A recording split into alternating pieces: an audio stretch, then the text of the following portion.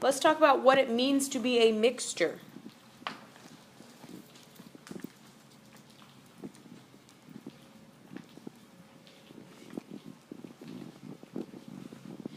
So a mixture is when we kind of blend, okay, or we put together two or more types of matter, but each of them still maintains its own properties and its own identities.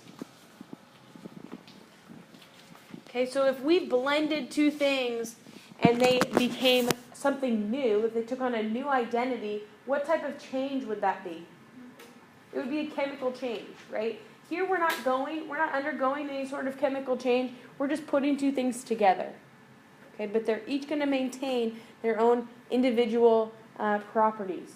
Okay, so we're not building anything new here. We're not looking at a new type of substance.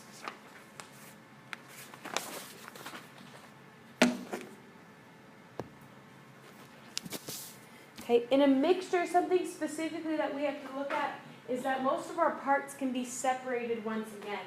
And we have two different types of mixtures. One of those separations is going to be a lot easier than the other type. Okay, and we'll look at that here in just a second. But one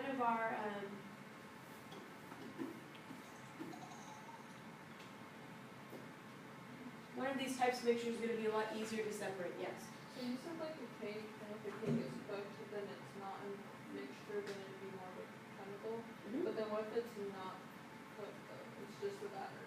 So would that be mixture? I think it'd be really, really hard to separate those things again. Okay. I'm not really sure. I think that could maybe go either way.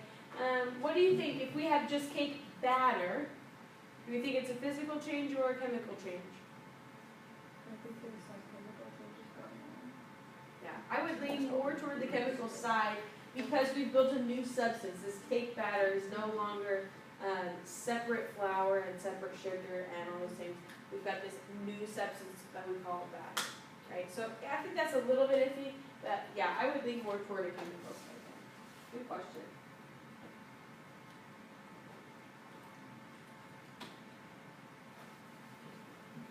All right, when we have a mixture, it's important that we tell what this mixture is made of. We state the composition of our mixture. And that's really important. We state the composition of our mixture. Okay, we tell whether it's salt water or whether it's, trail mix or what the ratios are, those types of things. So when we make a mixture, we've got to make sure that we're really telling what's in that. Because you might have salt water that looks just like water, right? That you don't know that they're salted unless someone tells you. Just like water and hydrochloric acid look the same. We want to drink one of those things. We really don't want to drink the other, right? Okay? We want to make sure that our chemicals are labeled. So we could get in big trouble if we're not stating what the composition of our mixtures are. Okay? So just like we talked about here, when we name our mixture or tell our composition, we're not just telling what's in it, we're telling in what ratios. Okay, so if I've got a thing of salt water, it's 95% water, but it's 5% salt by mass. Okay, so that doesn't necessarily mean there's 5 salt particles to 95 water particles. We're looking at the mass ratios here.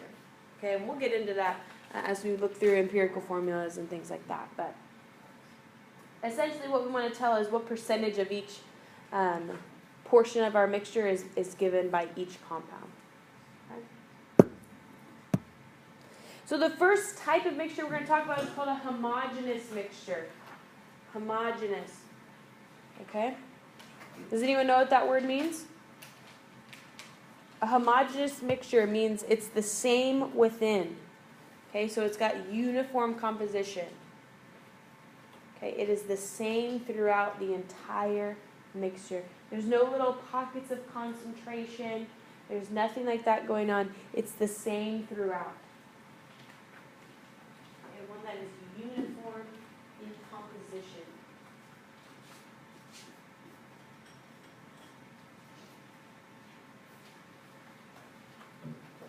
Okay, so do you think in a homogeneous mixture you can see the different types of particles?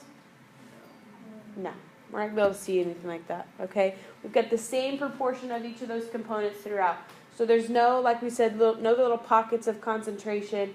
Things haven't settled to the bottom at all, right? In a solution, in a homogeneous mixture, we want everything to look the same throughout, so it's uniform. All homogeneous mixtures a solution. How many of you have heard that term before? Okay, very good. A solution is a homogeneous mixture. So there's something, it's the same throughout the entire thing. Okay. We cover a whole chapter over solutions here much later in the year, but we're going to talk about them a little bit today. Okay. Would water be considered a solution? No, why not? Julie, do you have an idea why not? Because it's only one substance. Perfect. It's only one substance, right? Water is a pure compound, so we're not mixing anything in. Okay, if we had a saltwater solution that was perfectly mixed, we might call that a homogeneous solution. Okay? So we have homogeneous, and now we have heterogeneous mixture.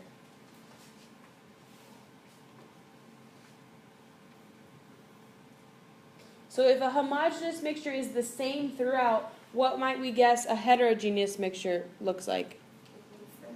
Yeah, it's different. It's not the same throughout. Okay, it doesn't have a uniform composition. So a heterogeneous mixture means things are easily removable or easy to pick out the differences in those two substances or three substances or however many things are going into our mixture. We can pretty easily pick those things out.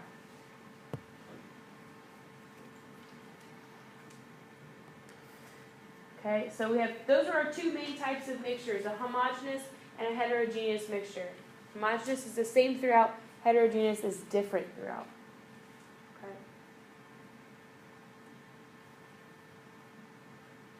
When we want to start to separate our mixtures, we can separate them by these different types of separation. First of which is called filtration. Second of which is centrifuge, using a centrifuge. Okay, and third of which is evaporation.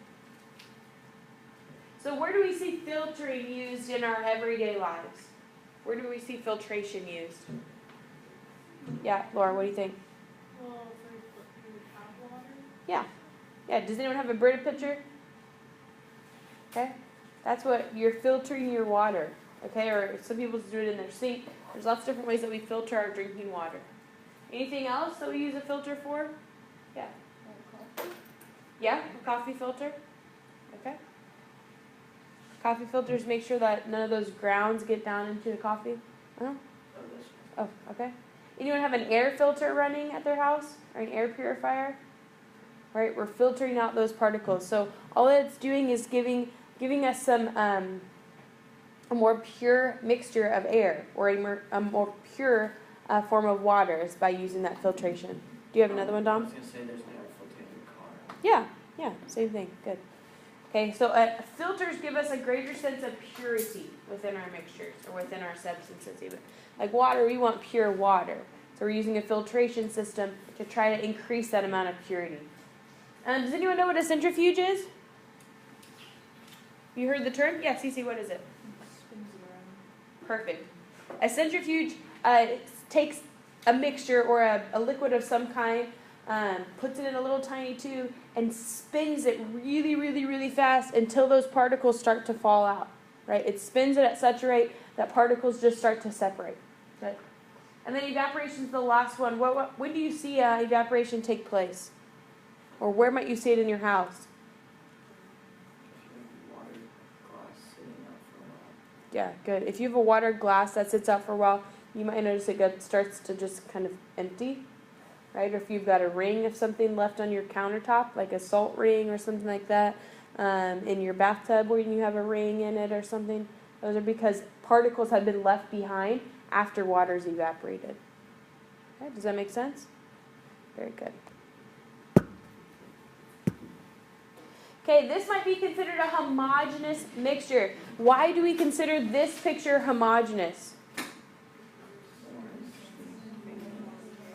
Yeah, Yeah, it's uniform throughout. We don't see any chunks floating, right? We don't see anything falling to the bottom. It's not falling out or anything like that. This might be considered a heterogeneous mixture, right? Why do we think trail mix might be a heterogeneous mixture? Yeah, we can pick it out. Okay, we can separate our pieces. So what I want you to do with your partner is try to come up with 3 of each. 3 of each. Okay, 3 homogeneous mixtures and 3 heterogeneous mixtures. Okay, give you about 2 or 3 minutes to do that.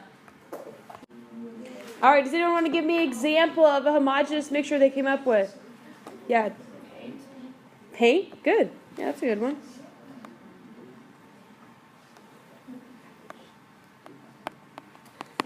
What happens to paint when it sits in the can for a long time? Has anyone noticed that? Has anyone opened up an old can of paint before?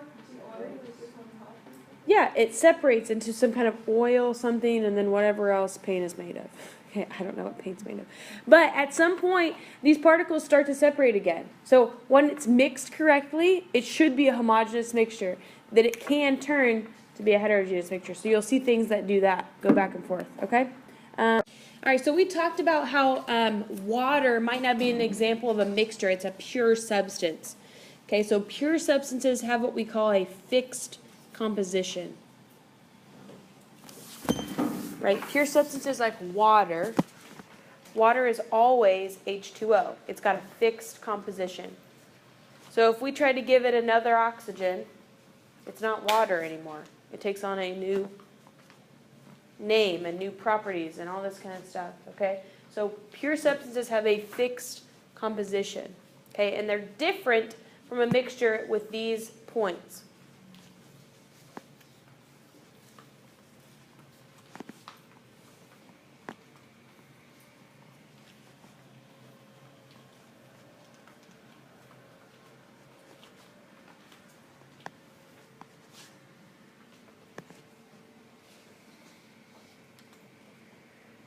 So any sample I would take of a pure substance, let's use water.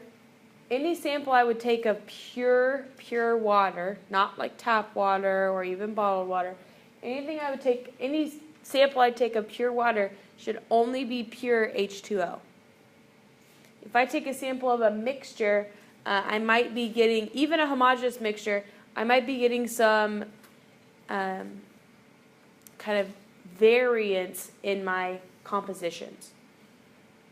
Okay? In a pure substance, there's never going to be any variance. It's going to be the same composition throughout. Same characteristics, same properties, all that kind of stuff. Okay? Those properties that we can pull and examine help give us a name or help give us an identity for that substance. So if we've got something that we're trying to identify, we've got some substance we're trying to identify, we're going to take samples, we're going to find the melting point, the boiling point, we're going to look at its color, we're going to look at all these things, but each sample should be exactly the same for a pure substance. So it's going to help us give some consistency while we're trying to identify that. Okay? If we're pulling from a homogeneous mixture, things might start to settle out like we talked about. We might start getting some inconsistencies while we're taking our trials. If we're dealing with a pure substance, we should never have any inconsistencies because it's 100% pure 100% of the time. Okay? Properties of a mixture depend on relative amounts of the mixture's components. So when I've got a mixture, it kind of depends on the percentages of each of those components I'm putting in, right? We talked about a mixture that was 5% salt by weight. But if I try to make a mixture that's 50% salt and 50% water, I could start having some trouble, right? And I might start reaching what we call supersaturation and where the mixture can't really hold all those salt particles. Okay, and we'll get way into that in our solutions chapter. But we need to understand that mixtures kind of have a limit, right? There's only so much of that we can put in there.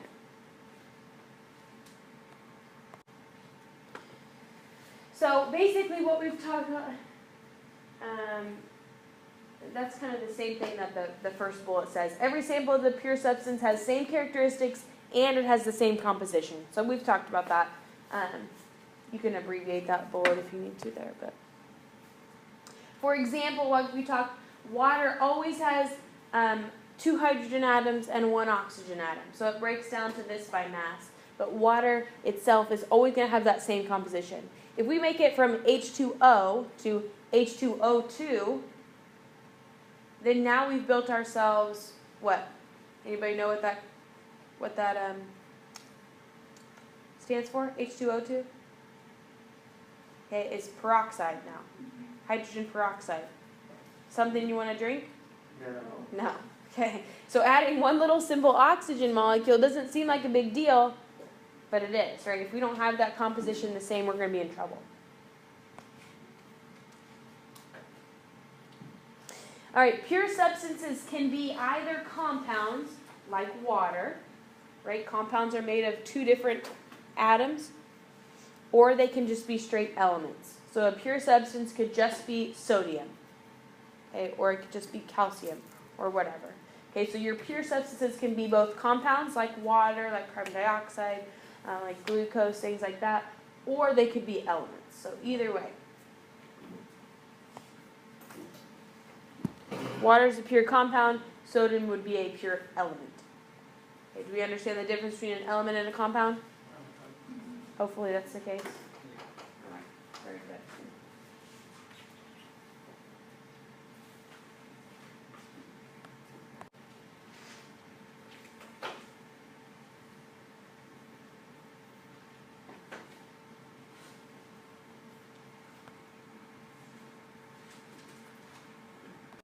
All right, so I'm going to pass out to you a blank periodic table. We're going to use this almost every day. Okay, if you want to 3-hole punch it, you can bring it up here. I forgot to have that done on the copier, so you can come bring that up and hole punch it if you want. You're going to use it almost every day, so please make sure that you have this every day. You're going to write on it, you're going to color on it. There's going to be different things that we're going to do to this periodic table as you go through the class, but you're more than welcome to come hole punch it. But we're going to write on it basically starting today. Okay, so you'll need to have this with you almost every day. Go for it. It looked different to begin with, okay? So in the 1800s, by the mid-1800s, we only had 60 elements that had been discovered. Are there more than 60 elements on the periodic table right now? Yeah. Okay. So by the mid-1800s, we had 60 elements that were discovered. That was it. Do you think we discovered them in order 1 through 60? No, we didn't. Okay. They discovered these elements, and they weren't really sure how to display them. Okay. So this guy named Mendeleev, Dmitri Mendeleev, started to develop an organizational system for these elements. Okay. And he thought, okay, we have 60. We need to start putting them in some order. But how do you go about even putting them in an order? Right? Everybody kind of named them their own thing, so you can't go by the alphabet. He's going to start developing this organizational system. Okay?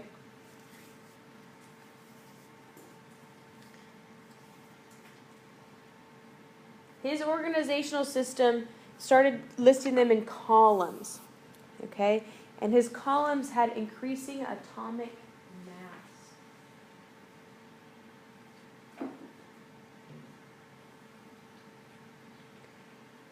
Once he had kind of developed that column, he started grouping the columns and putting them in an order with elements that he thought behaved similarly.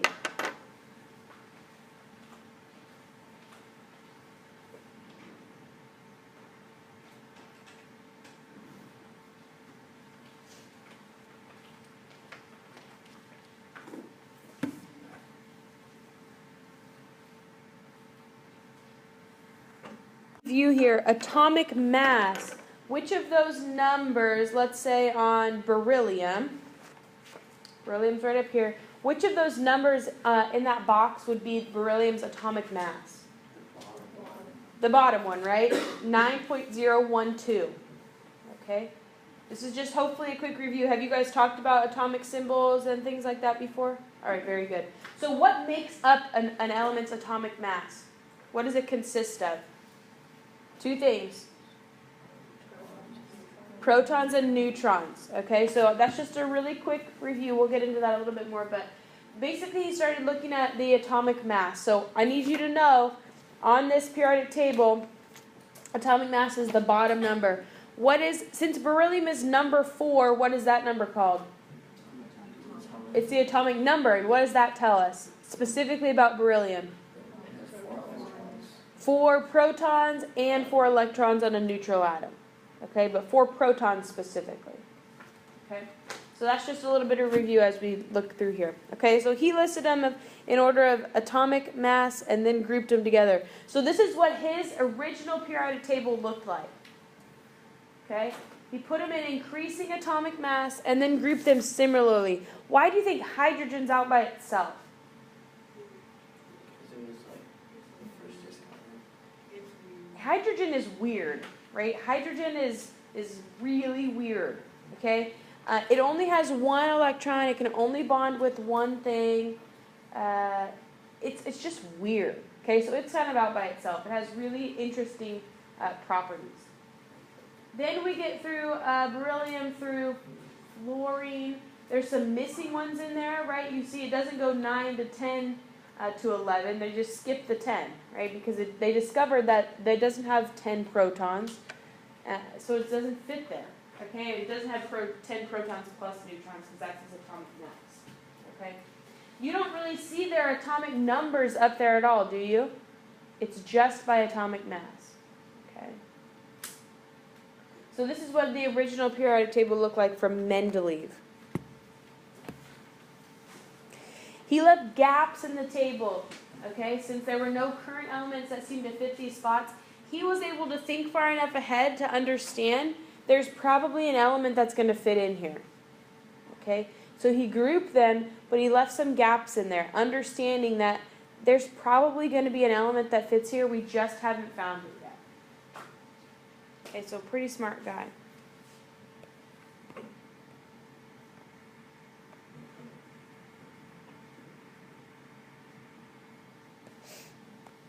He was so smart that he predicted what these elements' characteristics would be like. Okay, so he had grouped them first by atomic mass, then by some characteristics, and he left these spaces. So he had the ability, based on his organizational system, to kind of predict there's going to be an element that fits here, and this is basically what it's going to.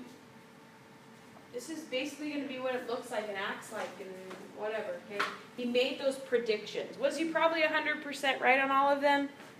Probably not, but he at least had some ideas. Okay. Elements that he predicted were, for the most part, discovered, and they fit exactly where he thought they would. Okay, so he was a smart guy. He had left the slots right in the right places. Rather than atomic mass. Okay. So today, is the periodic table in order in terms of atomic mass or atomic number? Atomic number. Okay, we still do see an increase in atomic mass as we move throughout the periodic table, but we go in atomic number. So it's going 1, 2, 3, 4, 5, 6, 7, 8, perfectly by atomic number or number of protons, all the way through 118. Okay. The reason that he started putting them in terms of atomic number was that it made the element's characteristics repeat at a more predictable interval. Okay, or a more regular interval. So he had started putting them into these rows and columns that behave similarly. And that's what we're really going to look at in the next couple of days, is that these rows and columns are set up specifically so that we can see element characteristics, because they do. They behave very similarly as we move through a column and we move across the row. Okay, so Moseley was able to identify that the atomic number gives us a little bit better idea in terms of characteristics in their regular intervals. Okay, modern periodic tables arranged by increasing atomic number. We just talked about that. Okay, make sure you can shorten these notes if you need to. The atomic number increases as you go from left to right. So as you read across the periodic table, you'll see that atomic number increases. As you go down, atomic number increases. So hydrogen and helium are in the top row, okay, or in period 1. They have atomic numbers 1 and 2. Then we move down a row, and we go 3 through 10. Okay? So very predictable atomic numbers.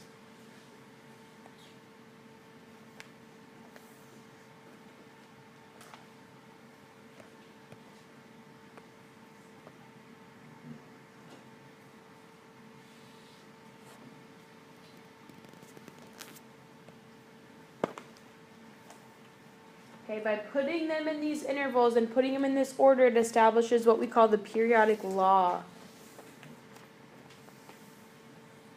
So this is basically what Moseley was doing, what his new organizational system did, is establish what we call the periodic law today. Okay, so by putting them in this order, increasing to the left and increasing as we go down, we can start to see these repetitive characteristics. So everything in hydrogen's column is going to behave similar to hydrogen, right? Or everything in sodium's row behaves similarly or has a similar characteristic to sodium. Okay, and a lot of these repetitive characteristics and properties have to do with electrons. Okay, and the electrons that surround an element.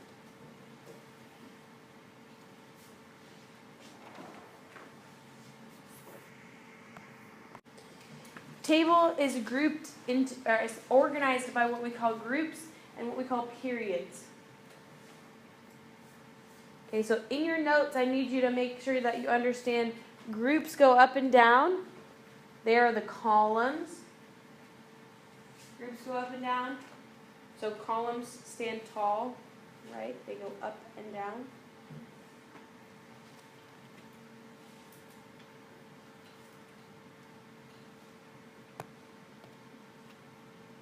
Sometimes you'll hear these called families.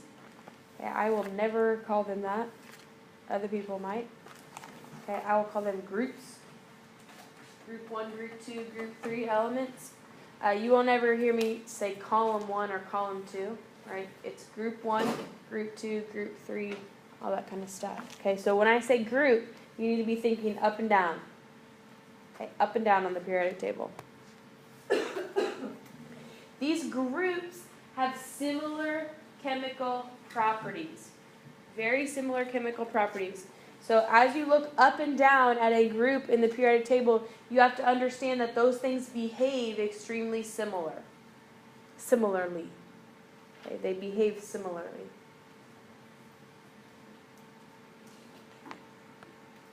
So in period 3, if I'm looking at sodium, and in period 3 I'm looking at argon, those are on at different ends of the spectrum, but still in period 3. So they have something in common, because they're in the same period, but characteristics are completely different, right? Argon doesn't want to bond with anyone. Sodium will bond with anything and everything, okay? So they behave differently, but they might have some similar characteristics, and we'll talk about that in terms of electrons here as we go. But you just need to understand that sodium and magnesium probably behave pretty similarly because they're so close together, okay? And they might share quite a few characteristics. But sodium and argon might behave completely differently. Understand? However, chlorine and argon might behave kind of similarly, right? Chlorine and chlorine and sulfur might behave kind of similarly because they're close together. Okay, so just pay attention as you look at the groups and columns. All right. We're going to talk about each of the main groups of elements before we move on to kind of our activity for today. Okay, so the metals. These are characteristics of metals. Most of the time they're shiny. They're good conductors of heat and electricity. Most are solid at room temperature. What's the one exception that everyone knows? Mercury. Mercury is what phase or what state at room temperature? Liquid, yeah, most of the time it's liquid at room temperature. Okay, but these are good examples of characteristics of metals. Okay, most are what we call malleable. Does anyone know what the term malleable means? Yeah, you can move it, you can pry it, you can bend it. Okay, you can make it into a sheet. That's what malleable kind of means. You can make it into a sheet. So what are good examples of metals that are really malleable? Aluminum, tin, yeah, those types of things you can make into a sheet, right? You have aluminum foil that you use almost every day. Okay, that's an example of a malleable. Okay, and most are what we consider ductile. Does anyone know what that term means? For something to be ductile? Ductile means you can stretch it into a wire. Okay, so you can stretch it and roll it into a wire. So what might be a metal that's a good example of that? Yeah, copper wire. That's the most common one that we think of. Okay? So these are all examples of metal characteristics, but those are two that we might not have heard before. Okay, so ductile means it can be drawn into a thin wire.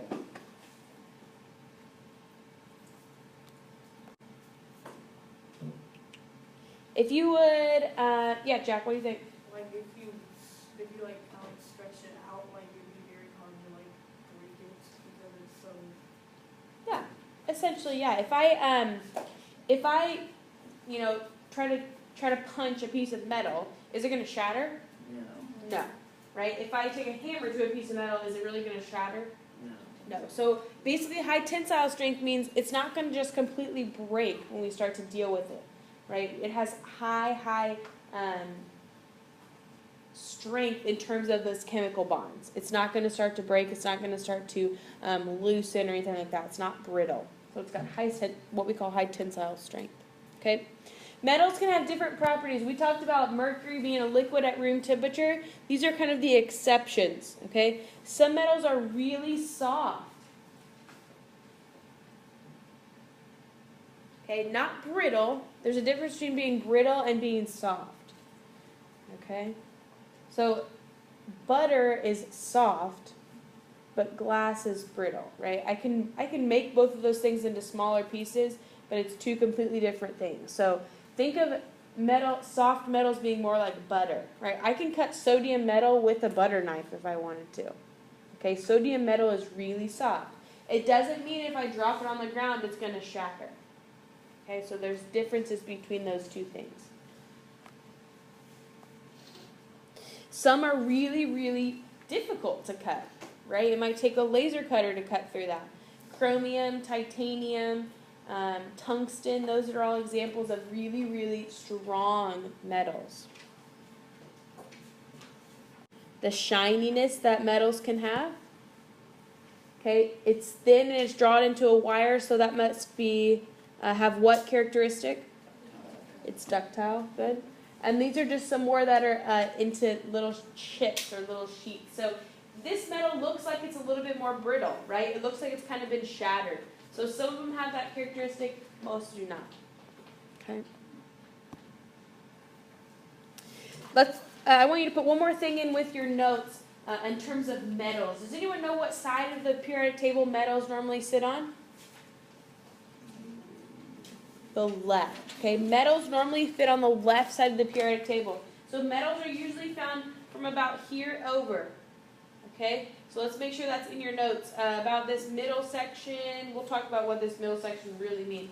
But most of the time metals are found in groups 1, 2, and 3 through 11, 12 maybe.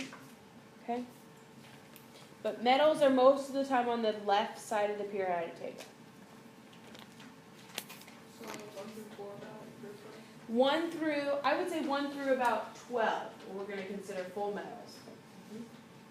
And we'll talk about the difference here in a little bit. There's a few little stragglers in there, but for the most part, 1 through 12-ish, we can consider full-on metals. All right, now let's look at the non-metals. Most of our non-metals are gases at room temperature. So what side of the periodic table do you think might be the non-metals? Right side. Yeah, they're the right side of the periodic table. So they include things like helium, neon, fluorine, oxygen. Those types of things are non-metals, okay, or gases most of the time at room temperature. Okay, you don't have to. You can write down the examples if you want, but just understand that they're on that right side of the periodic table. Okay, if you open your textbook to the very back cover, you'll see a little bit better example of where the line is between metals and non-metals. Those are color coordinated. Okay, so you can look at that if you want to too. If we've got a non-metal that's a solid at room temperature, it's usually really brittle. Okay, if for something to be brittle means if I basically puncture it at some point, it's going to shatter. Can we visualize something that's really brittle? Okay.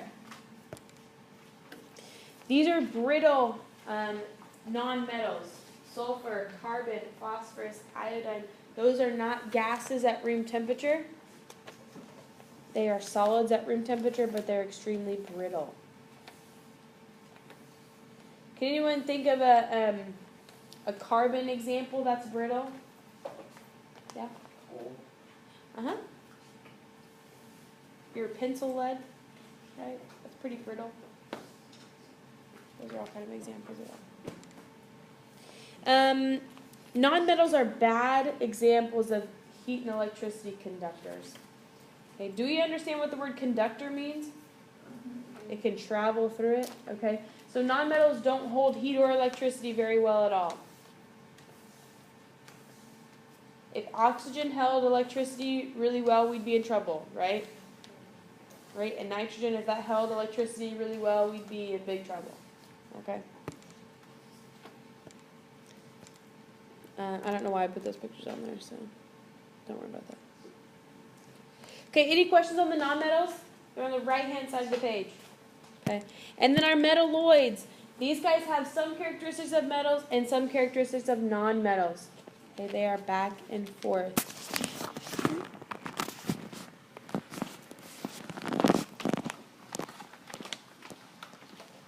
Most of these metals are going to be solid at room temperature. Solid at room temperature.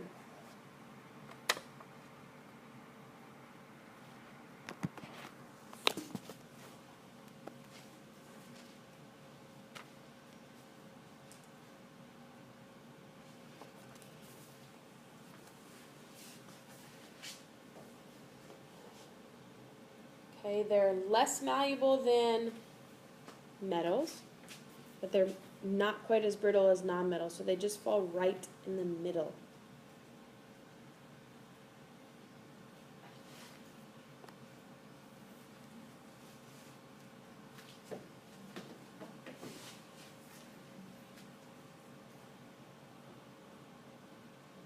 Okay, antimony is one that takes on that metallic shine, so it makes you think it's a metal just by looking at it, when really it has more of these metalloid characteristics, but it has that shine that makes you think it's a metal. Does anyone know what antimony's atomic symbol is? It's different. SB. Yeah, SB. Okay, you don't really need to know that, it's just for a little fun. Okay, they are what we consider semiconductors of heat and electricity, which means they're kind of good at it. They kind of do it sometimes, but not great.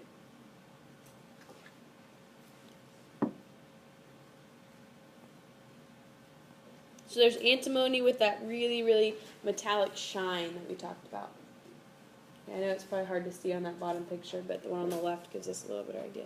It's really shiny, so at first glance you might think it's a metal. Okay, but realistically it has different characteristics.